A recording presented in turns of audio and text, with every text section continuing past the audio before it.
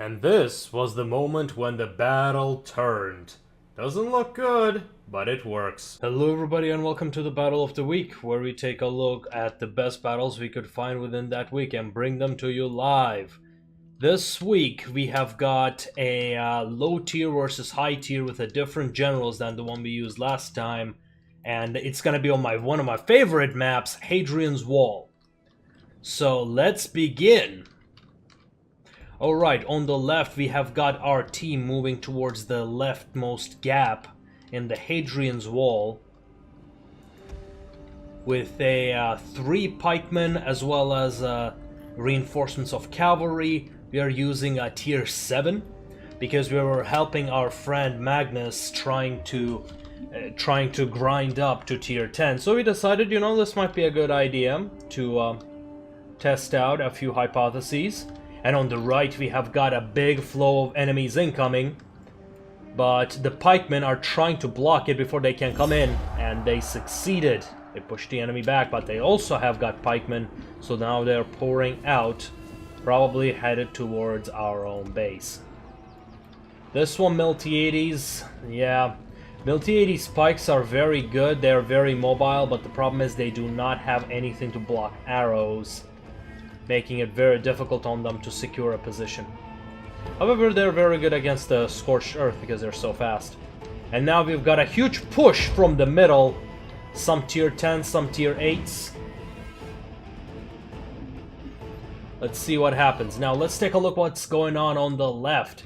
On the left, well, basically nothing really. We had a cavalry charge, but other than that, it looks like the red team is avoiding engagement in favor of pushing towards this in favor of pushing towards the middle. The blue team is coming back to the base.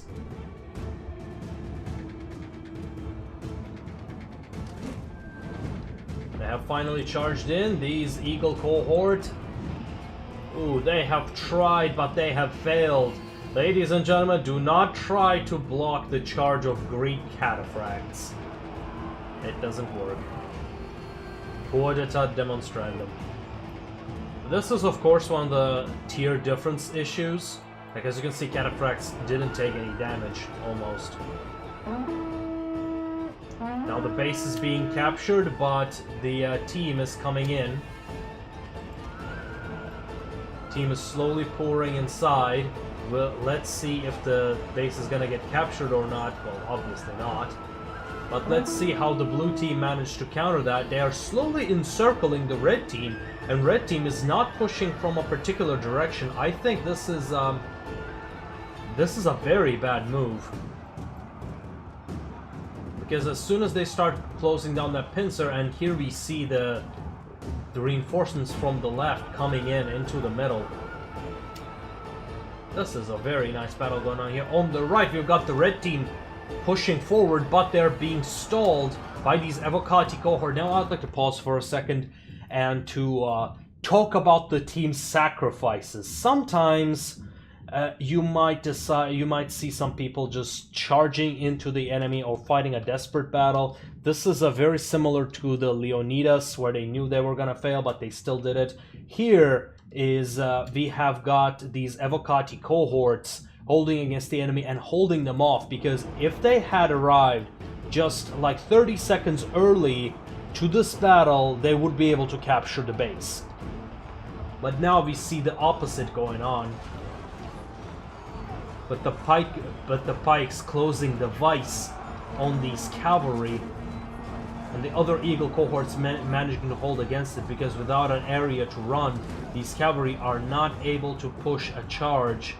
They're trying to pull through, and the reinforcements from the left has arrived.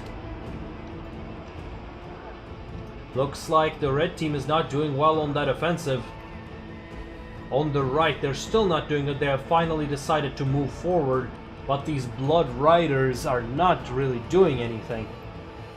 This is the importance of coordination. Had that been a one-coordinated push, the blue team would not have stood a chance.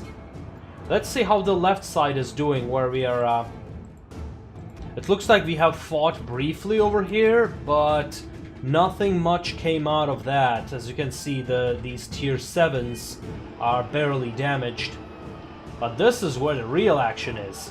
See, with the vice being closed on in this direction, these guys are getting wiped out, but their biggest mistake was just rushing in without waiting for the left, while the one player from the blue team has managed to hold off the enemy reinforcements long enough for the reinforcements from other flanks to arrive. And now the right side red reinforcements is now going to fight against the left side blue reinforcements, as well as the already existing troops. This is not looking good for the red team. See, and the stats were barely involved in this whole calculation. They have left their archers undefended, and oh my god, these cavalry have just wrecked. Had just wrecked the day for those archers. They have routed all 3 of them, and those archers are headed towards the pikemen. Now they have changed direction. Now the blue team is recouping, and they're headed towards this area. You can see they have closed the door with these pikemen, but they're currently being shot at by javelins, the hard counter to the pikemen. But the blue team has already poured out and are chasing those pikemen in and out. Let's see how it proceeds. The artillery is pushing the enemy forward, but they're not being very accurate. This cavalry is charged into the spears and keep fighting their death. It is not a very good way to fight. And now the pikemen have made a terrible mistake by turning their back to these heavy infantry. Despite the tier difference of 2 tiers, still the game mechanics apply just the same. So we have this a bit of a pike on pike action going on.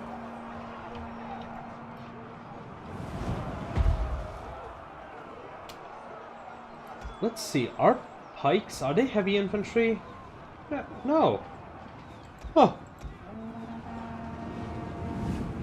You know, I just realized pikes barely get any debuffs in the woods.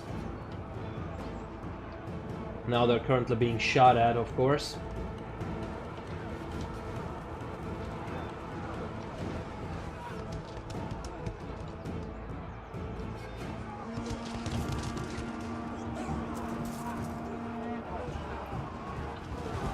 Let's do this a little bit of close up.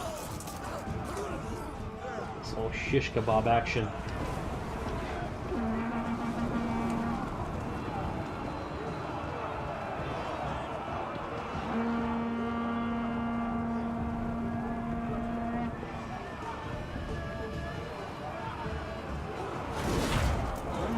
They're doing their final stand over here, and let's take a look at where the rest of the enemy is. Most of the enemy left flank has retreated back into their base. And here we have the cavalry looking for an opportunity to get in to these to this artillery formation, but artillery is very well defended. Bravo!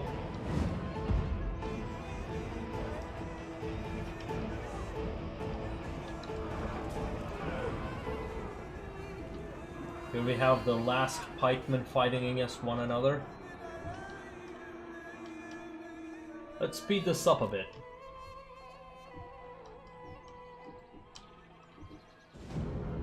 And at this point I have decided, you know what, I have had enough, and I'm just gonna go and cap the enemy base. And just walk in there.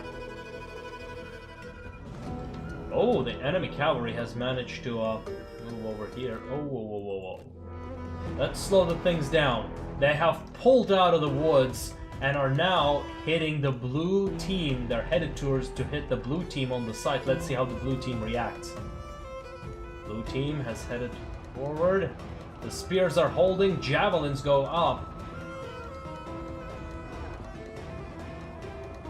And now the cavalry is being punished for the callous charge. These javelins and archers.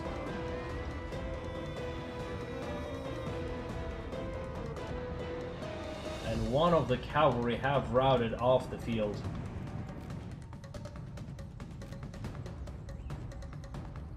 Basically, good plan, bad execution.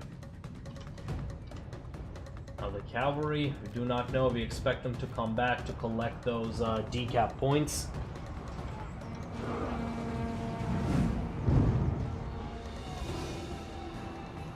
Yep, it looks like that's it for the red team.